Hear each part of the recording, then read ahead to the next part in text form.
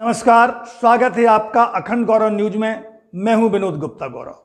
आइए आज की शुरुआत करते हैं कुछ खास खबरों के साथ। उत्तराखंड के पूर्व मुख्यमंत्री रमेश पोखरियाल निशंक बुंदेलखंड के महोबा पहुंचे, जहां कार्यकर्ताओं ने उनका भव्य स्वागत किया। श्री पोखरियाल ने महोबा में आयोजित पत्रकार वार्ता में मोदी सरकार की योजनाओं का जिक्र करते हुए कहा है कि मोदी सरकार के 9 साल इतिहास के पन्नों में स्वर्णिम अक्षरों से लिखे जाने वाला समय है। आगे आपने कहा कि मोदी और योगी सरकार में लोग अमन, चैन और स्वाभिमान के साथ जी रहे हैं। दुनिया की अर्थव्यवस्था में भारत शिखर पर पहुंच रहा है। उन्होंने कहा कि दुनिया में भारत का सम्मान बढ़ रहा है, जनता राम राज्य महसूस कर रही है। पत्रकार वार्ता के बाद पूर्व मुख्यमंत्री ने भाजपा कार्यकर्ताओं के साथ बैठक ली है। मैं समझता हूं कि ये जो 9 साल का बेमिसाल का अभियान है, ये हिंदुस्तान के इतिहास में स्वर्णिम अक्षरों में लिखा जाने वाला समय है।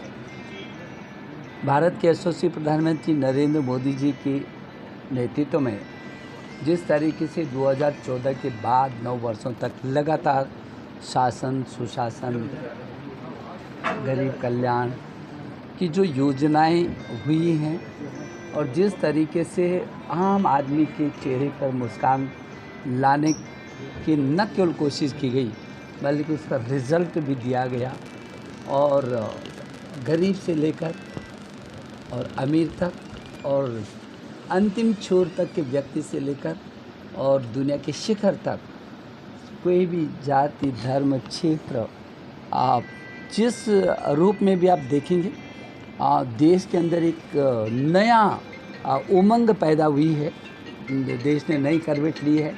21वीं सदी के स्वर्णिम भारत की आधारशिला रखने वाले नरेंद्र मोदी जी का ये जो 9 वर्ष का कार्यकाल है, उसको भारतीय जनता पार्टी स्वर्णिम काल के रूप में, उत्सव के रूप में मना रही है, और अंतिम छोर तक के व्यक्ति के पास वो योजनाएं जाएं, वो भी उस उत्सव के वातावरण में सम्मिलित हो, और इसीलिए ये अभियान चल रहा है। आज महोबा में हम लोग आए हैं। आज इस लोकसभा का बहुत बड़ा एक सम्मेलन था, एक रैली थी जिसमें हज़ारों लोग थे।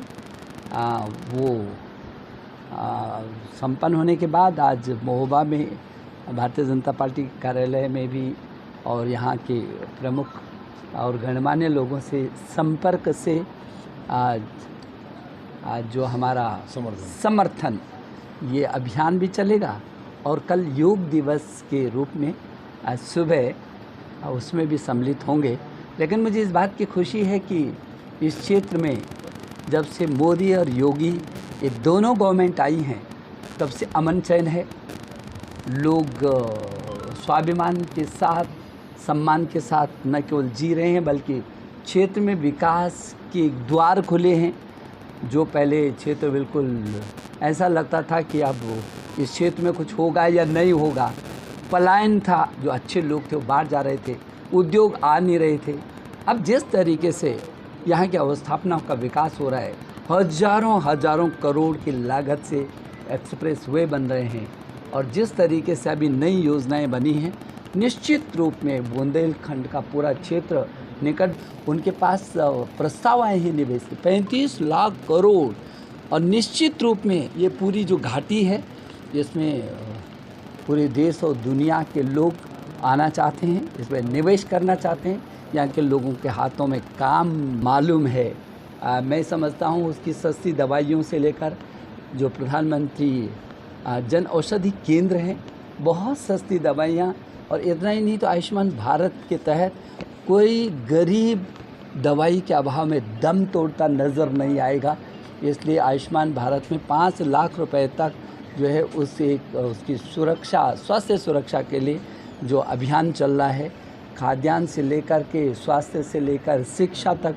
आपको मालूम है, मुझे सौभाग्य रहा है इस देश के शिक्षा मंत्री होने के नाते मोदी जी के सानिध्य में नई शिक्षा नीति को स्थापित करने का। ये जो NEP 2020 बनी है, ये नए भारत की आधारशिला है। ऐसा 21वीं सदी का वो जो स्वर्णिम भारत है, जो स्वच्छ भारत होगा, समृद्ध भारत होगा, सशक्त भारत होगा, स्वस्थ भारत होगा, आत्मनिर्भर भारत होगा, श्रेष्ठ भारत होगा, एक भारत होगा। और जिस तरीके से make in India, digital India, skill India, startup, stand up और प्रधानमंत्री मुद्रा, ये छोटे छोटे रास्तों से होकर के जिस तरीके से आत्मनिर्भर भारत आज सबसे तेज़, पूरी दुनिया की तेज़ अर्थव्यवस्थाओं में भारत शिखर पर पहुंच रहा है और हम 11वें स्थान से 5वें पर पहुंचे हैं और भविष्य में हम नंबर 1 होने वाले हैं। $5 ट्रिलियन की अर्थव्यवस्था को लेकर के दुनिया में हिंदुस्तान शिखर पर प्राप्त करेगा। वैसे भी आपने देखा है कि पूरी दुनिया में भारत का सम्मान बढ़ रहा है। मेरे देश के प्रधानमंत्री, यदि दुनिया का कोई राष्ट्राध्यक्ष बाहर प्रवास पर उनके चरणों को स्पर्श करता है तो समझना चाहिए कि हिंदुस्तान के 140 करोड़ लोगों के चरण स्पर्श हो रहे हैं। इससे बड़ा सौभाग्य देश का क्या होगा कि विकास की भी गंगा बह रही है और देश का स्वाभिमान सम्मान भी बढ़ रहा है, गरीब का कल्याण भी हो रहा है, सुशासन भी लोगों को देखने को मिल रहा है, शासन और प्रशासन में भी चुस्ती दुरुस्ती है। और इस प्रदेश में तो योगी जी के आने से जितनी गुंडागर्दी थी, ये भ्रष्टाचारियों के जो जीते हुए अड्डे थे, सबके कमर को तोड़ा है।